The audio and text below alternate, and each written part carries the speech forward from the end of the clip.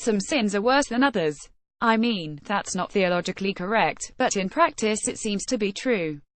Modern Christianity has created a hierarchy of sins which, while not strictly found in the Bible, makes some failures of morality much worse than others.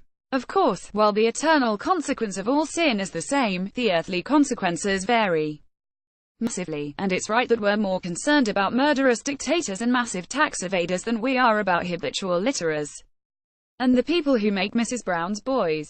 Still, it seems fascinating to me that aside from those acts which we would count in our Christian-founded legal system as actual crimes, there's such a wide variance in how we regard the other things that the Bible speaks against. Sexual sin, for example, seems to be at the very top of pile, abhorrent and shameful, a total disqualification of good character.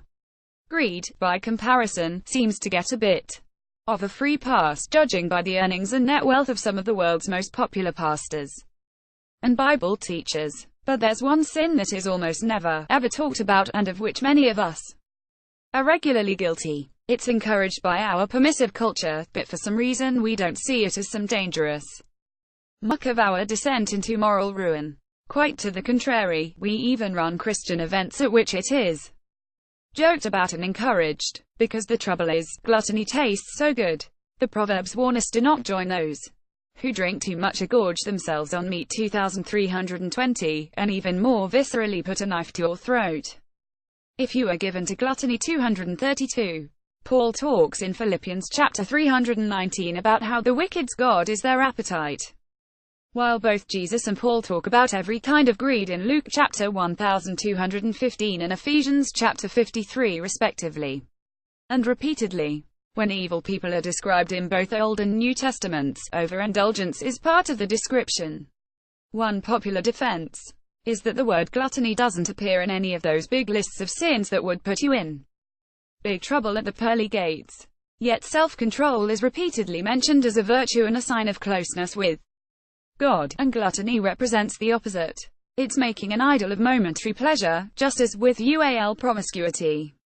The Bible speaks against the bigger picture behind both, yet we're always much more concerned about one expression of this idolatry than another, which means we can often find ourselves at men's ministry curry events where the talk is ironically on battling with 14 types of carbohydrate and a joke made about portion size. I once attended a men's breakfast event in New York where the food was served in vats, and some people went up for seconds, 4 times. Yes, there may be a subtle common thread in these two stories. Pastors joke from platforms about their tendency toward cake, or devouring an entire cheese board. Could you imagine a joke about a different kind of lapse in self-control? This is not about weight, by the way. I was at university with a guy who ate a pizza and chips every day for 4 years and never had an ounce of fat on his body. People put on weight at different speeds and for different reasons, and I'm not suggesting for a moment that we should judge each other on the basis of our waistlines. But if we're prepared to be soft on one kind of self-control, why are we hard on another? Or conversely, if we're going to make Christians feel ashamed for idolizing one kind of pleasure, why don't we go the whole way and start persecuting people who eat too much? Just to be clear, let's not do that. It's also important to recognize the link between emotional health and physically healthy choices. It's a modern joke that we can sometimes eat our feelings, but there's a reality behind it which again deserves a bit of grace. In fact, we shouldn't really be persecuting anyone for their life choices. It's really between them and God. The Bible speaks of restoring each other gently. Galatians chapter 61, not offering judgment and disdain. It's far more helpful that each of us considers whether gluttony, or any other kind of lapse in self-control, is getting in the way of our relationship with God, and our own flourishing as a result. Is this something we need to reconsider?